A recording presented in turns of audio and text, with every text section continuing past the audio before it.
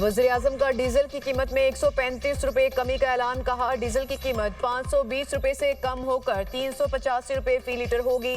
Petrol 12 روپے فی letter سستا ہو کر 366 روپے فی لیٹر ہو جائے گا۔ نئی قیمتوں کا اطلاق رات 12 بجے سے ہوگا۔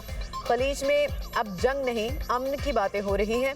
فریقین بات چیت کے لیے راضی ہو چکے۔ امریکہ اور ایران کی قیادت کا تہہ دل سے شکریہ ادا کرتا ہوں جنہوں نے میری تجاویز قبول کرتے ہوئے عارضی جنگ بندی پر اتفاق کیا اور دونوں ممالک کی قیادت اسلام آباد آ رہی ہے۔ پاکستان عالمی امن کا علمبردار، امریکہ اور ایران ہاتھ ملانے کو تیار۔ پاکستان ہمیشہ زندہ باد۔ دنیا کی طاقتور ترین نئی شروعات ہونے جا رہی ہے۔ امریکی صدر کا اہم موقع پر اہم سوشل میڈیا پر پیغام، بڑی تبدیلی کی طرف اشارہ۔ پاکستان میں امن مذاکرات، جے ڈی وینس امریکی صدر ڈونلڈ ٹرمپ سے گائیڈ لائنز لے کر اسلام آباد کے لیے روانہ۔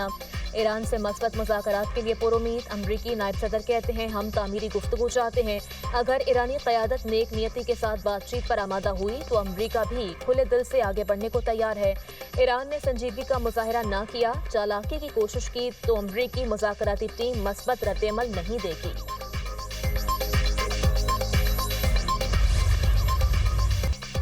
اسلام آباد مرکز نگاہ، دنیا بھر میں واہ واہ۔ امریکہ اور ایران کے مذاکرات کے لیے مہمانوں کی آمد آج میز کل سجے گی۔ امریکی نائب صدر جے ڈی وینس وفد کی قیادت کریں گے۔ وفد میں اسٹیو وٹکاف اور جیرڈ کشنر بھی شامل۔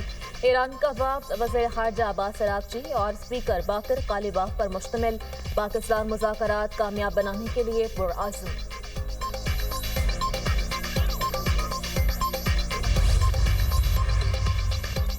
بارود کی بو سے خوشبوئے گل تک، صلح کا سفیر، امن کی تصویر، ہمارا پاکستان۔ اسلام آباد نے عالمی سفارتکاری میں اہم مقام حاصل کر لیا۔ وفاقی دارالحکومت کے فضاؤں میں امن کی خوشبو، شہر خیر مقدمی بینر سے سجا دیا گیا۔ اسلام آباد ٹاک سوشل میڈیا ٹرینڈ بن گیا۔ ایران امریکہ مذاکرات کی کوریج کے لیے پاکستان آنے والے غیر ملکی صحافیوں کو ویزا آن ارائیول کی سہولت۔ وزیر خارجہ اسحاق ڈار کہتے ہیں کہ پاکستان میں امیگریشن حکام ویزا جاری کریں گے۔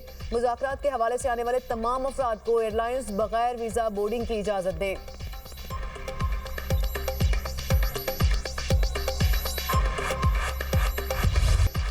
وزیر داخلہ محسن نقوی کی زیر صدارت خصوصی اجلاس۔ اسلام آباد میں امریکہ ایران مذاکرات کے حوالے سے تیاریوں اور سیکیورٹی پلان کا تفصیلی جائزہ۔ ریڈ زون مکمل سیل، صرف متعلقہ افراد کو داخلے کی اجازت۔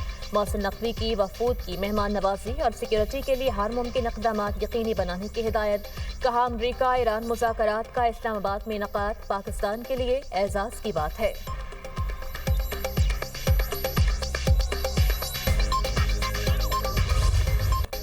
امریکی صدر بھی ایران کے ساتھ معاہدے کے لیے پرامید۔ ڈونلڈ ٹرمپ کہتے ہیں کہ ایران نے معاہدہ نہ کیا تو بہت تکلیف دہ ہوگا۔ اسرائیل لیبنان پر حملے کم کر رہا ہے۔ اسرائیلی وزیر اعظم سے فون پر گفتگو ہوئی۔ نیتن یاہو لیبنان پر حملے کم کر دیں گے۔ ایران آبنائے ہرموز سے گزرنے والے ٹینکر سے فیس لے رہا ہے، اگر وہ ایسا کرے گا تو اب یہ روک دیں۔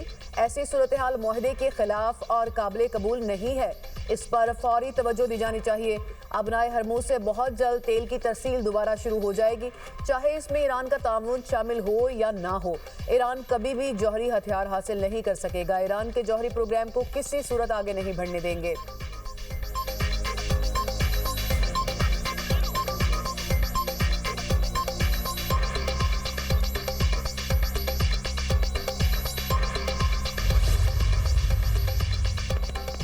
دشمنی پر مبنی طرز عمل اختیار نہ کریں تو امریکی بحری جہاز آبِ ہرمز سے گزر سکتے ہیں۔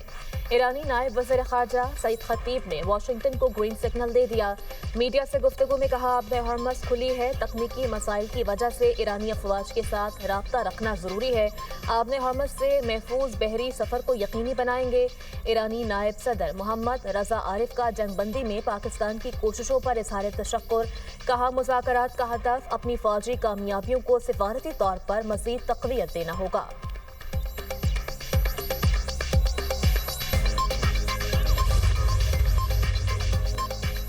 لبنان میں جنگ بندی اور ایران کے اثاثوں کی بحالی پر زور۔ ایرانی اسپیکر باقر قالیباف کہتے ہیں فریقین کے درمیان طے دو اہم معاملات پر عمل درآمد ہونا باقی ہے۔ مذاکرات سے پہلے یہ دونوں معاملات حل ہونے چاہیے۔ ایرانی نائب وزیر خارجہ برائے سیاسی امور تخت روانچی کا کہنا ہے کہ ایران سفارتکاری اور مذاکرات پر یقین رکھتا ہے۔ ایران ایسی جنگ بندی نہیں چاہتا جو جارحے کو دوبارہ حملے کی اجازت دے۔ معاہدے میں جنگ روکنے کی ضمانتیں شامل ہونی چاہیے۔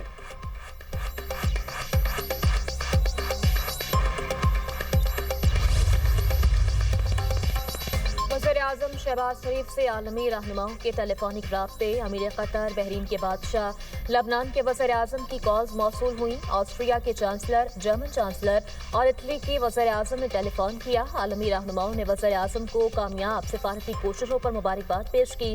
نائب وزیراعظم اسحاق ڈار سے فرانس کے وزیر خارجہ کا ٹیلی فونک رابطہ، جنگ بندی معاہدہ یقینی بنانے میں پاکستان کے کردار پر مبارکباد دی۔ امن کے لیے سفارتی راستے اختیار کرنے کی پاکستان کی جاری کوششوں کی حمایت۔ رہنماؤں نے لبنان میں جنگ بندی کی سنگین خلاف ورزیوں پر تشویش کا اظہار کیا۔ جنگ بندی پر مکمل عمل درآمد اور اس کے احترام کی اہمیت پر زور دیا گیا۔ اسحاق ڈار کو نیدرلینڈز کے وزیر خارجہ کا ٹیلی فون، خطے کی تازہ صورتحال پر تبادلہ خیال۔ نیدرلینڈز نے جنگ بندی میں سہولت کاری کے لیے پاکستان کے کردار کو سراہا۔ دیرپا امن کے لیے پاکستان کی مسلسل کوششوں کی حمایت کا اظہار۔ فریقین کا لبنان میں جنگ بندی کی سنگین خلاف ورزیوں پر اظہار تشویش۔ پائیدار امن کے لیے جنگ بندی پر مکمل عمل درآمد یقینی بنانے پر زور۔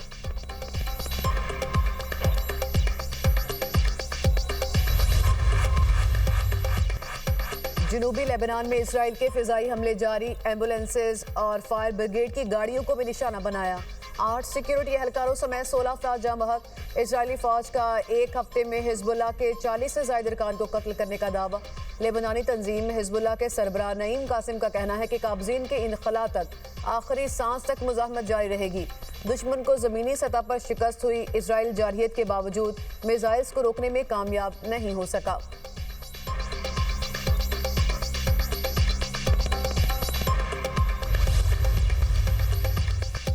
اسرائیل کی لبنان میں دراندازی جنگ بندی معاہدے کی کھلی خلاف ورزی قرار۔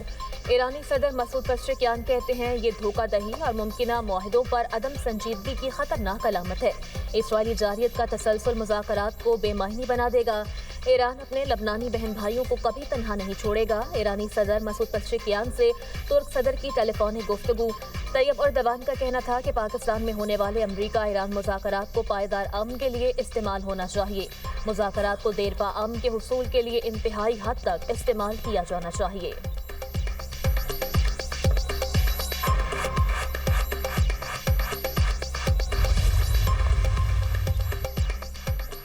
ایرانی وزیر خارجہ عباس اراغچی کی ہسپانوی ہم منصب سے ٹیلی فونک گفتگو۔ اسپین کی پالیسی کو سراہا۔ اراغچی نے امریکی جارحیت کے خلاف آواز اٹھانے پر اسپین کا شکریہ ادا کیا۔ کہا ایرانی عوام کے خلاف جنگی جرائم پر عالمی برادری کو آواز اٹھانی چاہیے۔ پاکستان کی ثالثی میں ایران امریکہ جنگ بندی کے بعد سفارتی سرگرمیاں تیز ہوئیں۔ امریکہ اپنی ذمہ داریاں پوری کرے تاکہ لبنان میں اسرائیلی کارروائیاں بند ہوں۔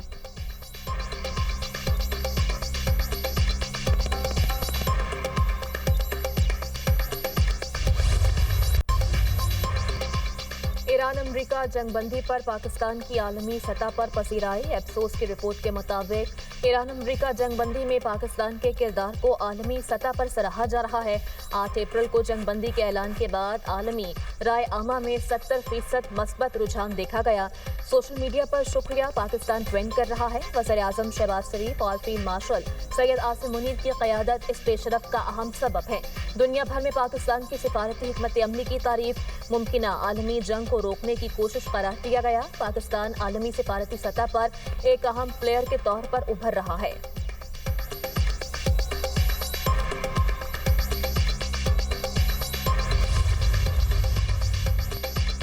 عالمی ادارے بھی پاکستان کی سفارتی کوششوں کے معترف۔ جنگ بندی کی کوششوں میں حکومت کو پاکستانی عوام کی بھرپور حمایت حاصل۔